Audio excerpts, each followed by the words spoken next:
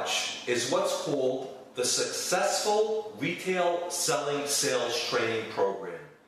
My name is Mr. Saul, and on behalf of the CMS organization, it's my pleasure to present this program to you. I'll explain this program to you in very simple terms, and I hope you pay close attention because this could be very helpful, extremely helpful to your retail selling position here in the store. The purpose of explaining this program to you is very simple. It's simply to make you a better salesperson. If you feel that you are already a good salesperson, well, you might still learn something from this program. And I feel there's always room for improvement. In addition, I understand that the manager of the store will test you on some of the points that I'm about to bring up to you regarding the strategies and techniques involved in successful selling. And that's just another reason why I feel you should pay very close attention to this. It's important to mention before I start talking about this program that in a sense, it's the customer that pays the store's bills, which certainly includes your salary. What we mean by that is that it's the customer's money that is coming into the store, and with that money, we are able to pay any bills that have anything to do with the store. I say this just to emphasize the importance of what a customer is. Customers want to see smiling faces in front of them. Any sort of, a positive attitude. We do not expect you to be like soldiers next to customers. We want you to handle each customer in a personal manner. For instance, hi, how are you? How can I help you with a certain item? What's your favorite color? Oh, that's a wonderful child that you have. We'd like you to get personal with them so that they will feel comfortable. You will not be doing anything wrong by doing that. All we're trying to do is make the person in front of you comfortable. We would like to create a very pleasant atmosphere to shop in. Now your job as far as customers are concerned is to basically show the customer where everything is in the store. Suggest things to them because you know the store. They really don't know it as well as you do. Now, being that you know the store better than them, it is your job to suggest things to them. A certain item that might match with another item, such as pants with a shirt, or vice versa, sweaters to match the outfit. Suggest that we have belts, that we have socks, that we have underwear, and so forth, that we have an entire full-service shoe department. They may not have seen it on their way in. So what is the purpose of all of this? What is the purpose of being nice to the customer? What is the purpose of suggesting? What is the purpose of matching things for the customer?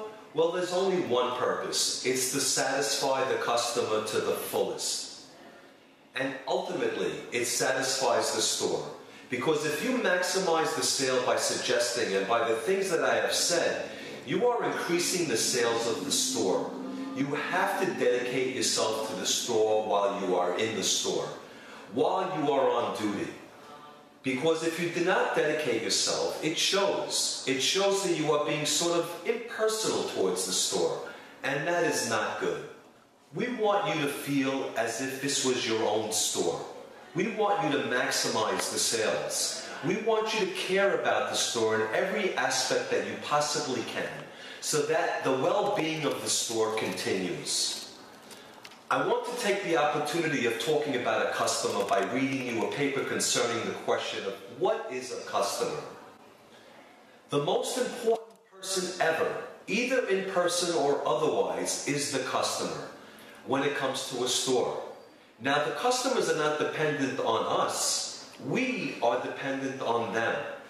They're not an interruption for our work. They are the purpose of it. A customer is not an outsider to our business. He is part of our business. Just think of these particular points and you will understand what a customer really is and how important that customer is to our store. We are not doing him a favor by helping him. He is doing us a favor by giving us the opportunity to do so. A customer is not a cold statistic or a name or a file card on a ledger sheet. He's a flesh and blood human being with biases, prejudices, feelings, and emotions just like you and me. The customer is not someone to argue with. Nobody ever won an argument with a customer. Because if you argue with a customer, and let's say you win that particular argument, words-wise, you have lost the sale. Ultimately, the final loser is you. So please do not argue with a customer. A customer is a person who brings us his wants. It's our job to help him fulfill them. Now, it's very important that we fill his wants profitably too, for our benefit also. Otherwise, it defeats the purpose. Now, this gives us an idea of what a customer is. And what I have mentioned gives us also an idea of how to help a customer, which is, by the way, the phrase most people use, can I help you? We feel that it's a kind of an impersonal phrase, and we would appreciate it if you would refrain or stay away from it. If you're going to approach a customer in that way, chances are the customer is going to say, no, thank you, I'm just looking. And we really don't want to have that response from the customer. We want to approach them in a personal manner, in a friendly manner, in a pleasant way, and where they'll be comfortable. You'll be comfortable, and finally the sale will be maximized. What about girls that have problems with customers? For example, the customer says, if you ask them, may I help you, or do you need any help, they'll answer, do I look like I need any help? Or they'll be all snotty about it.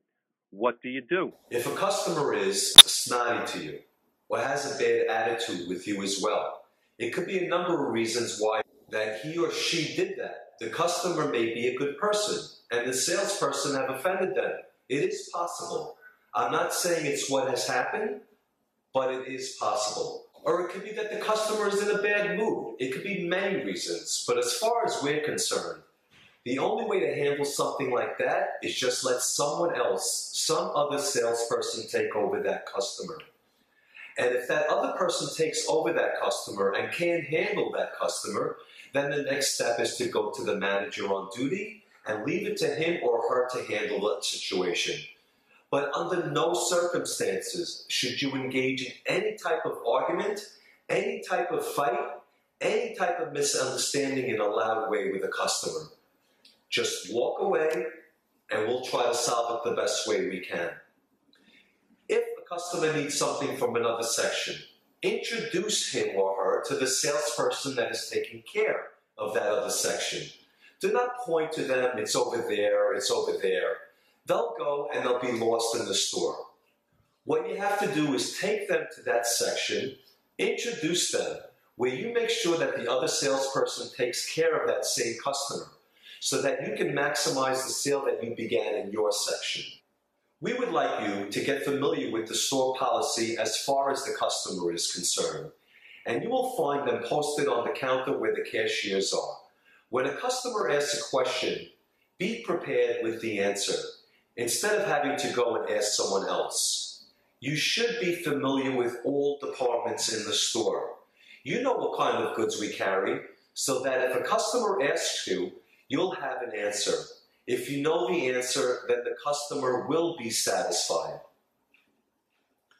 So make sure that when a customer comes in, you regard him as a person that is extremely important. The subject of this program, which is again called Successful Retail Selling Sales Training Program, is of vital importance here. Now let's continue with the program. I'll continue by enumerating a number of general points, and then I'll go into the specifics later on. So generally and firstly, you should be prepared. You should know the merchandise you're selling. Get very familiar with what you are selling. Know the prices and know the inventory and know the companies. Be familiar with all promotions. These aspects will really help you, and you'll see later on as you're watching this program. You should communicate with the customer. Listen to what the customer has to tell you. Listen to his wants, his needs, and his desires. When a customer walks in to purchase something from the store or are intending to purchase an item in the store, it would be a good idea to try to find out what they really want. So besides listening to the customer, show him the merchandise on the basis or based on what he expresses he needs to have, not based on what you like or dislike. Show him that you are listening to what he's saying. As he's speaking to you, create eye contact. Show him that you are attentive, that you are listening to what he's saying. This is very important because this will make him feel good. It will make him feel important. And that is good for the selling process. Do not interrupt. Do not interrupt the customer as he's speaking to you or he's talking to you. Because when you interrupt him, again, his feelings are that he's not a very important person in the store. By interrupting him, that's exactly what you're doing. You're making him feel unimportant. You want the customer to feel important, as he should indeed be. Let it be a two-way conversation. Let it be a two-way exchange between you and the customer. Because your sales pitch that you're about to deliver or your presentation can wait. Wait for the right moment. Wait till the customer finishes saying what he has to say, making him comfortable. And also, never judge a customer by appearance. You'd be surprised who buys and who does and does not. Your presentation should be equal to whoever walks into the store and presents himself as a customer. So if you feel somebody looks like he's not going to buy, well, you just might be wrong. Just deliver the same presentation and treat him equally. Keep your presentation simple and be in control. Be in control. Those are key words. The customer will feel that. He will see whether you are in control of the situation or not. And if he does feel that you are in control, he will know that he's dealing with a professional. And that is, of course, a very good selling process. Now, let's get more specific. When we say opening the sale, we first start with what we call a 180-degree bypass move. What we mean by that is something very simple, actually. The customer likes to see people who he's familiar with. So on that basis, what we mean by that is as the customer walks into the store, you give him a nice hello and a quick smile, and let him get familiar with your face. Then make what we call the 180-degree move, which is really coming back to the customer and make yourself visible to him again. At this time, subliminally, or at least psychologically, the customer will feel that he has seen you before, making him comfortable. He's now dealing with a familiar face. This is what is meant by the 180-degree pass-by move. After having done that, now you want to engage in some sort of conversation with the customer. Obviously, that conversation should have nothing to do with business at this point. What you want to do is actually address some other subject. Talk about something like the weather, or if his child is accompanied by a parent. You give he or she, the child, a compliment. Whatever subject you may choose to talk about, it's fine, as long as you do not attack the customer with some formal or impersonal subject, such as the merchandise you want to sell. Because what's going to happen is he's going to feel again the word uncomfortable. He's going to feel that you are there just to push merchandise on him. First, you want him to make him feel at ease. You want him to gain your trust, or at least be comfortable with you. And then, having done that, you can work with him much, much easier. And that will help you close the sale eventually. So now, the time after having done that, and talked about other subjects rather than business, and rather than what you want to sell to the customer, now the time to get down to business, which is really trying to find out what his wants, his needs, his desires are, as far as what he came into the store for. This we call probing. This is exactly what we mean by probing.